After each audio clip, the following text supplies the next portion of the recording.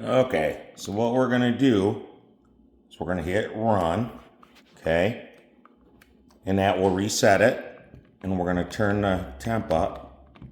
And it'll say temporary on this.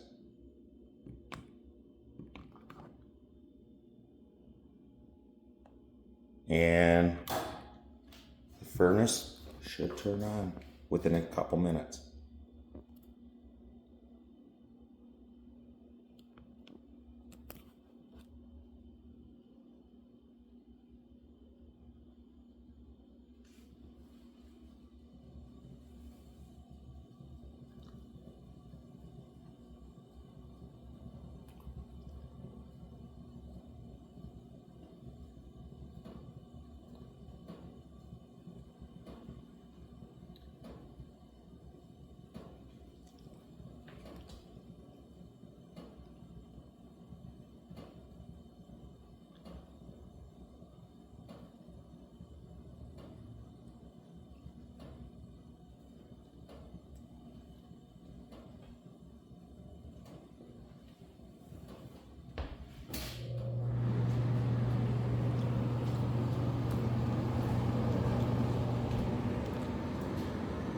And she's running.